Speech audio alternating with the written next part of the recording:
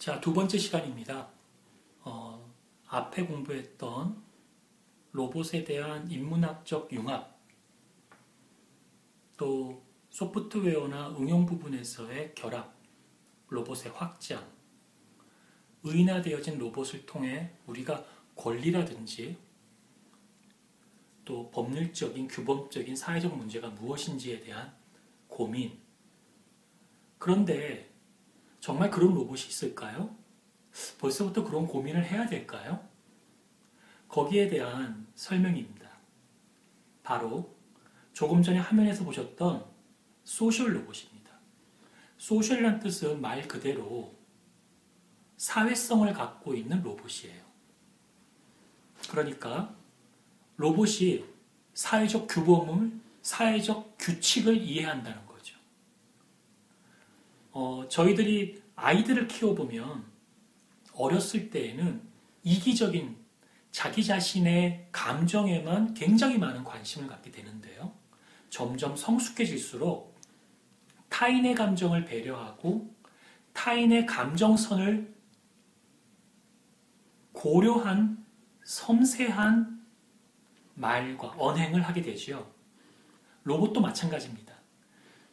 지금까지 개발되어졌던 산업형 로봇이나 개인 서비스형 로봇은 제한된 조건에서 그 인과된 값에 따라서만 처리되어지는 그런 행동을 보였다면 지금 연구되어지고 앞으로 등장할 로봇은 인간 또는 서비스를 제공받고자 하는 주체의 환경과 맥락, 문맥을 이해해서 그 사람이 갖고 있는 사회적, 문화적 욕구를 충족시켜 줄 수 있는 그러한 로봇으로 바뀐다는 겁니다. 이 소셜 로봇은 화면에서 보시는 것처럼 노동을 뜻하는 슬라이브어의 어원이 있습니다. 사람이 할 일을 대신해 준다는 것이죠. 그것이 자동화된 것이 로봇입니다. 그런데 이제 소셜봇이라는 것으로 바뀌었을 때에는 로봇이 제공하던 가치의 그 제한적인 한계를 뛰어넘어서 어떤 새로운 가능성과 방향을 제시하는데요. 그 가능성과 방향은 오늘날 굉장히 크게 이슈가 되고 있는 빅데이터, 클라우드, 이 개념에 대한 이해를 바탕으로 바라보시면 그 방향성과 기능성을 훨씬 더 많이 이해할 수 있습니다. 소셜 로봇은 기계와 사람, 또 기계와 기계, M2M, 가상의 존재와 현실, 또 사람과 사람과의 물리적인 인터랙션을 가능하게 한다는 거죠. 굉장히 중요한데요. 감성 기반이라는 거예요. 감성을 전달하고 교감을 나눌 수가 있다는 거죠. 그런데 마치 우리가 그 사람의 얼굴을 이미 인식하는 안면 인식 기술 이런 것들 많이 발전했거든요. 로봇에다가 한국인의 얼굴의 표정이 어떤 감정이라고 하는 메타DB가 많이 저장되어지고 있어요. 그게 충분히 저장되어지면 이제 한국인의 고유의 얼굴 표정 속에 특수한 감정이 나오거든요. 그 감정을 보면 로봇이 할 수 있는 말이나 행동은 패턴으로 보여줄 수가 있죠. 바람직한 로봇, 그렇죠? 그래서 어떤 사람이 조금 지쳐 보이면 뭐 용기를 내라고 하는 말을 로봇이 할 수 있을 거예요. 그러면 우리 사람은 마치 로봇이 사람보다 낫네, 그죠? 가끔 개나 고양이를 되게 좋아하는 사람들을 보면 개나 고양이를 거의 사람보다 더 좋아하고 할 수밖에 없는 게 자기 자신의 감정을 개나 고양이가 사람보다 더 많이 이해해 주거든요. 그런데 정말 그 강아지와 개가 이해해 줄 때도 있겠죠. 근데 때로는 아닐 수도 있을지도 몰라요. 왜냐하면 저희와는 조금 다른 종이잖아요. 로봇은 인간이 보여주는 행동을 통해서 감정선을 읽고 그 감정에 사람이 제일 좋아할 만한 말과 행동을 할 수가 있어요. 그러면 우리에게 굉장히 큰 위안이 됩니다. 바로 소셜 로봇이 어떤 심리적인 치료에 활용될 수 있는 예죠. 그래서 소셜 로봇은 장난감, 아이들 눈높이에서 대화하는 거죠.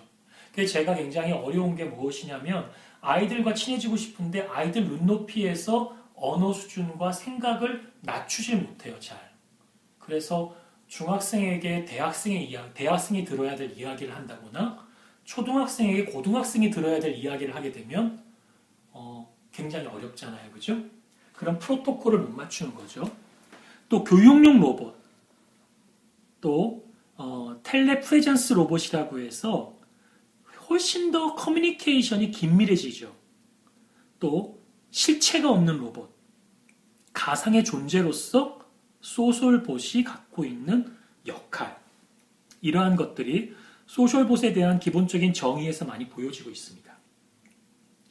소셜봇에 대한 이야기를 하게 되면은 또 잊지 말아야 될 것이요. 여기 보시면 이 저널이 바로 여기에 있는 링크에 PDF로 공개되어 있어요. 비록 영어로 되어 있지만 좀 더 심도 있는 내용을 더 공부하고 싶으신 분들은 반드시 한 두세 번 읽어보시기 바랍니다. 저 역시 여러분들께 이 강의를 준비하기 위해서 이런 저런 아티클을 한 번 보면 잘 모를 때도 많습니다. 실력도 많이 부족하고요. 그럼 읽게 되죠. 또 보고 하다 보면은 전공이 쓰는 용어가 제한되기 때문에 또 이해하는 게 그렇게 어렵지는 않아요. 집합 로봇과 소셜 로봇이 있는데요. 집합은 그 컬렉티브한 난리지, 컬렉티브 인텔리전스, 집합 지성, 그렇죠? 그 다음에 소셜 로봇은 조금은 어떤 종교, 규범, 윤리를 이해하는 위스덤. 이 위스덤으로 넘어갈 때 중요한 포인트는요, 가치 판단의 기준을 할 수 있느냐의 문제예요. 집합지성은 우리가 쉽게 얘기하면 네이버에 내공이 많은 사람들이 쓰고 있는 지식인과 같이 여러 지식들이 막 모여서 여러 사람이 요말 조말 했더니 막 모여요. 위키피디아처럼. 그러면 일종의 집합지성이란 말이에요. 우리는 거대한 한 사람의 지성을 믿는데 한 사람의 지성은 문제가 있습니다. 내면화되어진 암묵지에 있는 개인의 지식과 지성이 많은 사람이 알 수 있는 형식지의 지성과 지식으로 전환되어지기가 쉽지가 않아요. 물론 이런 특강이라든지 다양한 방법을 통해서 책을 쓴다든지 통해서 나타나긴 하지만 역시 제한적입니다. 그러나 집합지성은 온고잉 되어지는 지식이기 때문에, 지성이기 때문에 이 인포메이션 인텔리전스는 인터넷 공간 속에서 끊임없이 수정과 보완되어지는데 파티시페이션 할 수 있는, 어떤 참여할 수 있는 이 참여자들에 대한 제한되어진 이런 틀이 없다는 거예요. KBS나 MBC만 뉴스입니까? 라고 묻는다면 아마 뉴미디어를 공부하시는 분들은 아니다라고 분명히 이야기합니다. 트위터도 뉴스이고 온라인으로만 제공되어지고 있는 뉴스타파도 굉장히 중요한 뉴스 정보입니다. 그걸 보는 사람들이 굉장히 많다는 거죠. 공중파만 뉴스가 방송이 아닌 것처럼 이제는 어떤 라이센스, 전문가로서의 어떤 학위나 모험감만으로 무장한 사람만이 지식인이냐라고 이야기했을 땐 그것이 아니다라고 이야기할 수 있는 사람들도 늘어나고 있어요. 강호의 고수들이 유튜브나 여러 가지를 통해서 자기 자신을 소개하고 발표하고 그곳에서 전문가들이 가지고 있는 그들만의 리그와 그룹 안에서의 형식과 프로토콜에서 정제되어진 논문 심사를 진행하는 것만이 아니라 거친 말이 오고 가는 그런 댓글과 상호작용 속에서 지식을 좀 더 필터링해 나가는 과정들이 많이 익숙해져 있거든요. 바로 이러한 서비스를 보신다면 집합 로봇과 소셜 로봇을 볼 수가 있습니다. 다시 화면을 보시면요. 이 저자가 이야기하는 컬렉티브 로봇이라고 하는 것은 이런 거예요. 기능적이고 경제적이고 아주 인공적인 가치를 가지고 있어요.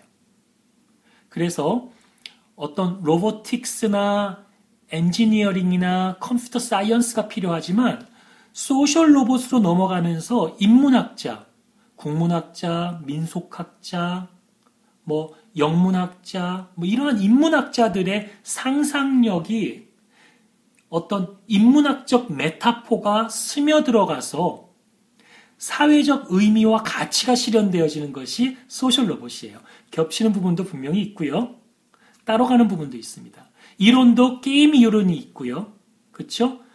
인공의 삶이 있고요. 여기는 예술이나 설계나 휴먼 컴퓨터 인터랙션 같은 부분들이 폭넓게 배치되어져 있습니다. 그래서 다시 좀 더 설명을 드리면은 집합 로봇과 소셜 로봇은 이렇게 기능적, 경제적, 인공적, 인문학적 함의로 한번 나누어 살펴볼 수가 있습니다. 자, 그러면 소셜 로봇에 굉장히 중요한 개념이 있어요. 소셜 로봇은 아까도 말씀드렸지만 인간의 규범을 이해하고 인간의 윤리적 프로토콜을 해석하고 한 개인의 감정선을 따라서 배려하고 위로해 줄 수 있는 친밀한 로봇이란 말이죠. 이런 로봇이 되기 위해서는 그 로봇이 가져야 될 굉장히 큰 특징, 바로 자율성이 있습니다.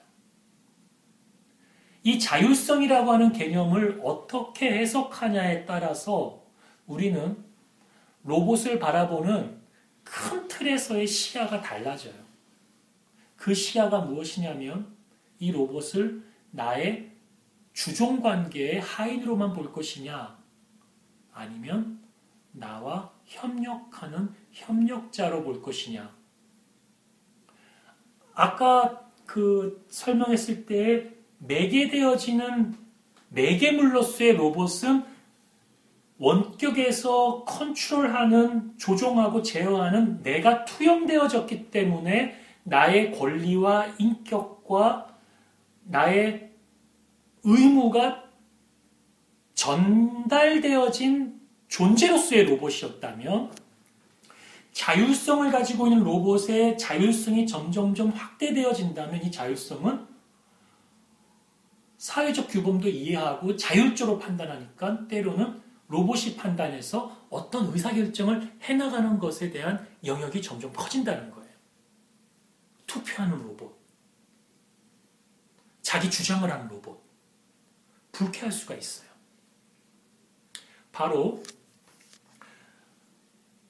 인공지능이 발전되어지면서 로봇에 의한 퍼지 이론이나 여타 그런 인공지능적 알고리즘에 의해서 처리되어진 로봇의 행동들이 인간들이 바라는 가장 바람직한 규범적 모습을 따른다 할지라도 수많은 맥락과 환경 속에서 선택되어지는 선택은 로봇이 한다는 거예요.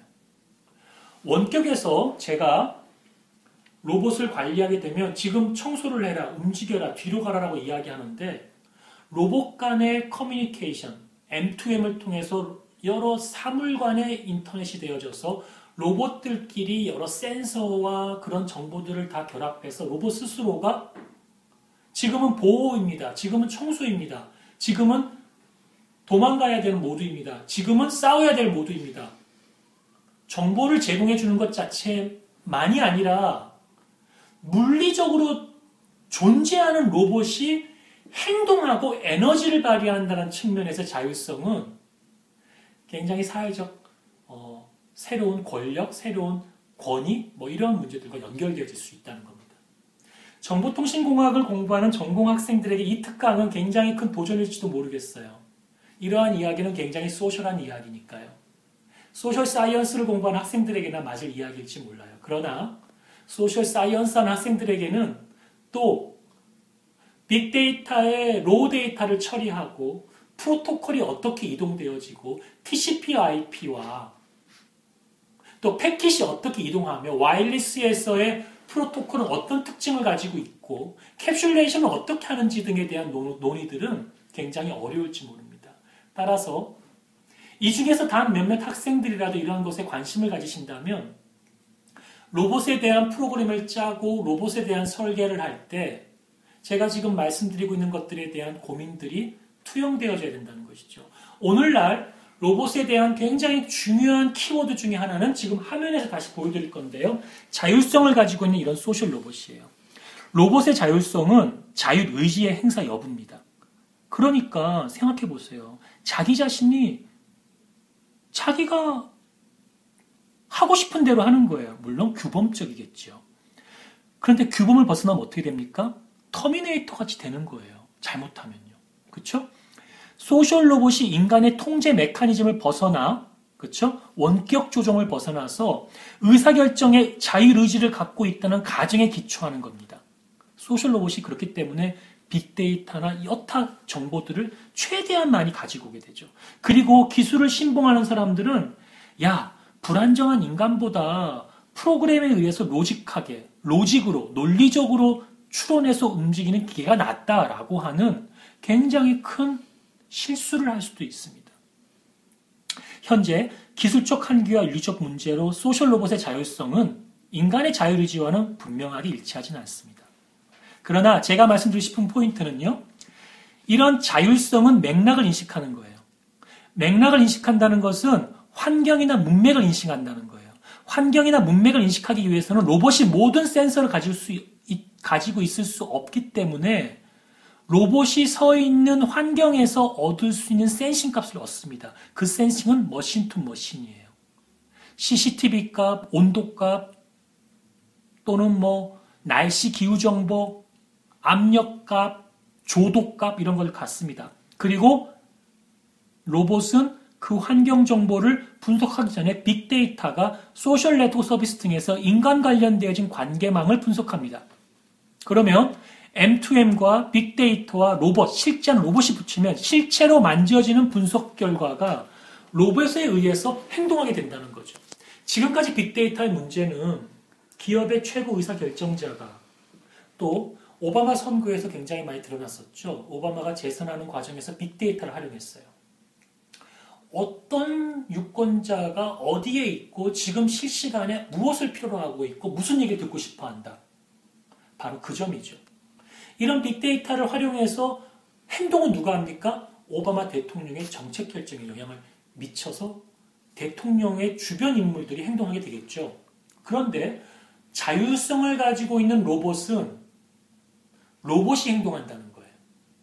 로봇이 에너지를 갖고 영향을 미친다는 거예요. 이 문제는 굉장히 큰 사회적 새로운 문제와 직면하게 되어 있습니다.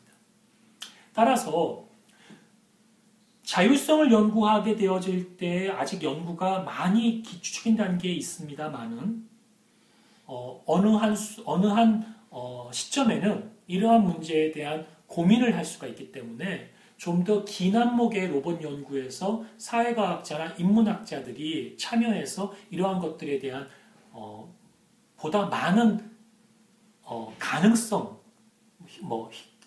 제시하고 이야기할 수 있는 그런 토대가 또 필요하지 않을까라고 생각이 들고요. 자, 그 다음 화면을 보겠습니다. 그러면 이제 빅데이터 시대죠. 인과관계에서 상관관계로의 추론입니다. 인과관계를 하기 위해서는 X가 어떻게 돼서 Y값이 나왔더라 라고 하는 소규모 데이터. 상관관계에는 빅데이터입니다. 인간관계는 정말 수많은 가정과 제약 속에서 어떤 독립변수가 종속변수와 어떤 관계를 갖고 어떻게 결과가 나왔다 정도라면 상관관계는 굉장히 복잡한 관계 속에서 규칙 기반의 클러스터링, 룰 베이스의 클러스터링을 터서 우리가 벡터 머신을 보통 쓰게 되면은 몇몇 변수들의 그 클러스터링 되어지는 구분되어진 것들을 수적으로 굉장히 확장시켜서 보게 되거든요. 이와 같은 그 실험을 통해서 결국 여타 기술은 빅데이터를 활용해서 로봇에 적용할 수 있다는 것이죠. 바로 이 화면과 같습니다. 스마트폰 속에 이러한 여러 데이터들이 들어간 것 똑같은 것이죠. 자, 그 다음 보겠습니다. 지금 시간이 그렇게 많지가 않아서 조금 빠르게 진행을 하겠습니다. 뒷단이 좀 중요하긴 한데요. 늘 아쉽네요. 로봇에 대한 통제를 하는 주체의 문제가 바로 이 자율성에 나오는데요. 이 마이로봇이라고 하는 사이트 들어가셔서 인포메이션을 물어보는 곳에다가 메일을 보내셔서 좀 더 관심을 가지시면 여기에 연구하시는 분들과 함께 공부할 수 있는 기회를 얻을 수가 있습니다. 로봇의 자율성은 점점 로봇을 통제하고 관리하는 속도가 증가하고 있는 거예요. 그래서 로봇을 사람이 다 관리할 수가 없는 거예요. 여러분들 여쭤볼게요. 페이스북 관리가 잘 됩니까? 페이스북 관리하다가 인스타그램 관리됩니까? 그러다가 폴스퀘어 관리됩니까?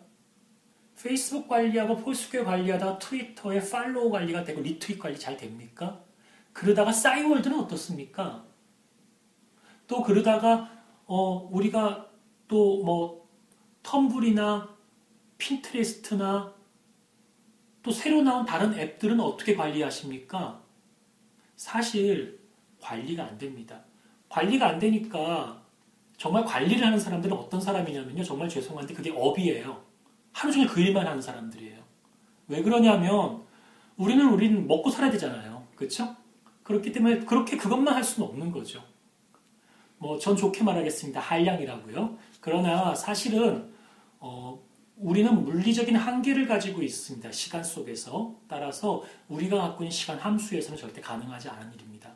따라서 이러한 애플리케이션을 개발하는 사람들도 사용자들에게 정보를 정리해서 줍니다. 예를 들어서 페이스북 같은 경우가 500명, 1000명의 친구가 있으면 그 친구들의 뉴스피드를 내가 다 볼 수 있습니까? 다 보면 전 업무를 할 수가 없습니다. 그런데 다 주지는 않습니다. 페이스북이. 본인이 가지고 있는 알고리즘에 의해서 제가 관심을 갖는 것이 좀 높아질 만한 정보만 추론해서 보여줍니다. 그 알고리즘이 있거든요. 그죠? 그런 알고리즘처럼 로봇이 정말 많아져요. 작은 로봇이 많아요. 그럼 어떻게 해요? 그들 간의 자율성을 가지고 스스로가 움직여야지. 여러분들 어린아이가 한 3살까지 될 때까지는 엄마가 계속 관심 갖고 뭐 해라 잔소리하지만 벌써 중학생이 돼가지고 뭐 해라라고 했을 때 2번만 하게 되면 화가 나잖아요. 왜 그러죠? 이제 그 아이는 성숙했기 때문에 스스로가 알아서 해나가는 독립성을 가진다고 기대를 하잖아요. 우리를 도와주는 수많은 로봇이 있는데 일일이 다 명령을 해야 된다. 얼마나 힘들겠어요. 로봇은 어느 정도의 자율성을 가져야만 됩니다. 그런데 이 로봇에 대한 통제가 줄어들고 자동화되어지니까 문제가 뭐냐면은 인간의 규범이나 가치와 문화와 의식과 충돌할 수가 있어요. 인간의 인문학적 상상력이 필요한 부분이 바로 이 부분이죠. 그리고 인문학을 이해하지 못하는 공대생은 윤리와 가치의 갈등을 일으키는 로봇을 개발하거나 연구하거나 그러한 것들에 굉장히 많은 에너지를 쏟을 수가 있습니다. 따라서 오늘 제 특강을 들으시고 있으면서 로봇에 관심 갖고 있는 프로그램을 잘하는 학생들에게 꼭 부탁드리고 싶은데요. 여러분들 프로그램 속에 인문학적 상상력이 많이 갈 수 있도록 지금 당장 그리스 신화라도 읽기 위해서 서점에 가서 책을 한번 펼쳐보시기 바랍니다. 자, 제가 언캐니 밸리 곡선을 설명할게요. 로보트가요. 아까도 제가 말했잖아요. 좀 더 쉽게 설명하면 제가 드라마나 예능 프로그램을 보다가 어린아이가 나왔는데요. 어린아이가 어린아이 같지 않게 얘기를 해요. 저는 이제 어린아이가 똑똑하고 착하게 원하는데 어린아이가 너무나 어른 같은 이야기를 해요. 어때요? 징그럽지 않아요? 비혐오스럽지 않습니까? 그렇죠. 어린아이가 어린아이 같은 순수함이 있어야 되잖아요. 그죠? 로봇이 터미네이터 같이 좀 이렇게 각져있고 딱딱하고 쇳덩어리 같고 이러면 멋있어요. 막 센 거 같고 괜찮아요. 그런데 로봇이 우리 피부처럼 흐물흐물하고 아바타처럼 뭔가 이렇게 그런 캐릭터예요. 어때요? 오히려 비혐오스럽죠. 로봇이 내가 지금 약간 커피를 마시고 싶다? 그럼 커피를 딱 들고 와서 이렇게 제가 특강하다가 한 모금 마시면 도와줄 거니 괜찮아요. 근데 로봇이 굉장히 징그럽게 저희한테 찾아와서 너 오늘 좀 우울하지 않니? 막 이런 식으로 말한다고 생각해 보세요. 어느 한순간에는 굉장히 로봇이 징그러질 수 있을 거예요. 화면 다시 보겠습니다. 좀비처럼 보이다가 갑자기 훅 올라갈 때가 있죠. 그렇죠? 이게 바로 언캐니 밸리라고 해서 모리 마사히로라고 하는 교수님이 제안하셨는데요. 인간이 로봇에 대한 친화성과 호감도의 관계의 얘기예요. 자, 다시 한번 얘기할게요. 최근에는 생활 밀착형 서비스라는 애플리케이션이 많이 나오고 있어요. 개인화된 서비스가 중요합니다. 퍼스널 서비스죠. 나만을 위한 서비스 기분 좋아요. 그리고 로봇에 대한 기술도요. 인간 친화적인 로봇 기술이에요. 그러니까 인간의 자연어를 충분히 이해하고 인간의 배경 감정까지도 파악하는 로봇에 대한 접근이에요. 그게 온톨로지건 뭐건 다 그런 것들을 해석해 나가기 위한 여러 수행 방법론인데 중요한 거는요. 서비스 업체도 개인화되어지는 걸 정도껏 해줘야지 너무 나의 개인적인 것에 대한 것을 알아갖고 막 직접적으로 얘기를 하면 혐오감이 느껴진단 말이에요. 거부감이 생기고 경계하게 되거든요. 로봇도 너무 인간 같은 거예요. 우린 지금 막 인간 같은 로봇을 막 연구하는데 너무 인간 같은 거야. 그러면 호감도가 떨어져요. 따라서 로봇이 가지고 있는 인간 친화성과 호감도가 우리는 비례할 것이라고 보통 사람들 생각했는데 이 교수가 굉장히 통찰력이 있으신 거죠. 비례하지 않고 어느 지점에서 떨어진다는 거예요. 따라서 이것은 로봇이 갖고 있는 소셜 로봇이 갖고 있는 함정입니다. 소셜 로봇이 어느 시점에서 자율성을 더 이상 확장하지 말아야 할지에 대한 문제이기도 하고요. 또 로봇과 인간의 인터랙션을 연구하는 UI, UX에 대한 연구하신 연구자에게도 굉장히 중요한 부분인데요. 지나치게 인간을 닮아가지 않을 수 있도록 하는 몇몇 장치들도 때로 필요하다는 것이죠. 왜? 인간은 때로는 부패하고 때로는 거짓말도 하고 때로는 못났고 때로는 숨기기도 싶은 자기만의 프라이버시의 공간이 있어야 되고 인간의 상상력과 인간의 표현과 인간의 감정은 그러한 여백과 여분에서 나옵니다. 그 힘에서 나오는 거예요. 우리가 그러한 부분까지 완전히 클리어하게 없애고 어떻게 했을 때 뭔가가 될 것만 같은 생각한다면 그거는 굉장히 공학적 논리로 논리적인 생각만 하는 사람이지 인문학적 상상력을 가지고 있는 따뜻한 사람은 절대 아닙니다. 제 생각이에요. 자, 그 다음 장 보겠습니다. 시간이 없어서요. 이게 클라우드 컴퓨팅 제가 설명하기 정말 많은데 좀 넘어가겠습니다. 왜냐하면 오늘 주제가 빅데이터와 소셜 로봇이니까요. 클라우딩 로봇은 또 클라우딩 로봇, 클라우드 로보틱스, 네트워크 로봇, 그 다음에 생활 환경의 지능화, 그렇죠? 그 다음에 로봇의 연결망, 링크된 로봇, 로보틱스 플랫폼, 유비쿼터스 로봇 이러한 걸로 굉장히 많이 소개되고 있고요. 여러분들 로봇 얼스라고 하는 걸 나중에 한번 검색해 보세요. 다 그림들은 링크되어 있으니까 보시면 되고요. 로봇 얼스라는 게 이렇게 로봇이 움직일 때 다 연결되어지는 클라우드의 얘기인데요. 로봇 얼스를 보시면 지구에 이제 지구에 대해서 지구를 커버하는 다양한 로봇들에 대한 협업 또 그 로봇에 대한 기능 이런 것들에 대한 설명이 되어져 있습니다. 자, 오늘 제 특강인데요. 정리 좀 하려고 이 그림 가지고 왔어요. 오늘 특강이 로봇인데 공교롭게 오늘 제가 특강하는 날이 크리스마스에 좀 가까워요. 아마 이게 방송되는 날이 크리스마스쯤 될 것 같습니다. 2013년 크리스마스에는 어떤 선물을 하실래요? 2013년 크리스마스에 만약에 이 동영상을 2014년, 2024년에 또 보게 된다면은 2033년에 또 보게 된다면 야, 그때는 이런 기술이 정도였나? 생각할지 몰라요.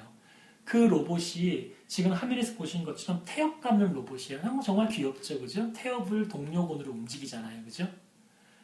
이 사이트의 밑에 연결되어진 곳을 가시면요. 한 14가지 정도 내외의 크리스마스에 선물할 수 있는 로봇에 대한 것들이 쫙 나와 있어요. 아마 제 강의를 정리하는 의미로 제가 여러분께 한번 구경하시면서 선물하는 마음 기분 좋잖아요. 그죠? 누군가에게 이런 걸 선물해줘야지 하는 마음으로 보셨으면 좋겠다고 싶은 마음으로 제가 넣은 제 선물입니다. 그럼 보시기 바라고요. 생활형 로봇이란 얘기예요. 화면 보겠습니다. 이런 생활형 로봇이에요. 로봇이 굉장히 우리 일상에 생활형 로봇이 정말 많다는 것이고요. 이 생활형 로봇에 대한 관련 동영상 중에서 그 로봇 얼스의 오브젝트를 모델링하기 위해서 키넥트를 이용하는 과정이거든요. 키넥트는 검색해 보시면 굉장히 많이 지금 쓰고 있는 도구예요. 그래서 여러분들 프로그램을 하시는 학생들은 뭐 많이 아실 거고요. 키넥트를 좀 더 심도 있게 좀 공부하시면은 나중에 로봇과 인간 간의 상호작용, 인터랙티브한 어떤 그런 것들을 개발하실 때 정말 큰 도움이 될 겁니다. 그리고요. 감사합니다. 뭐 당부의 말씀을 드린다면 제가 슬라이드 쉐어에다가 PDF로 올릴까라고 많이 생각하다가 PPT를 그냥 올리거든요. 저도 물론 많은 사람들에게 이미지나 이런 것들을 도움을 받은 경우가 많습니다. 따라서 여러분들께서 제 생각들을 쓰실 때는 좀 출처를 밝혀주시는 예의, 그리고 또 다른 사람의 또 다른 재인용을 하실 때 링크를 걸어주시는 예의, 뭐 이런 것들을 했으면 좋겠고요. 제 PPT의 그 PPT 밑에 설명해 보시면 다 링크가 다 들어가 있습니다. 저도 이제 하다 보니까 뭐 레퍼런스를 따로 한 장 더 만들고 하는 수고를 좀 못할 때가 좀 많아서 몇 번 빠질 때가 있는데요. 그런 부분들을 보시면 되겠고요. 혹시 또 제가 링크 단 것이 좀 불편하신 원저적자가 있으면 메일을 주시면 제가 바로 삭제해서 불편함이 없도록 하겠습니다. 그러면 이것으로 해서 오늘 특강 마치겠고요. 다음번에 또 기회가 다 특강하게 된다면 좀 더 재미난 주제로 또 여러분들에게 많은 동기를 부여할 수 있는 그런 특강이 되도록 하겠습니다. 감사합니다.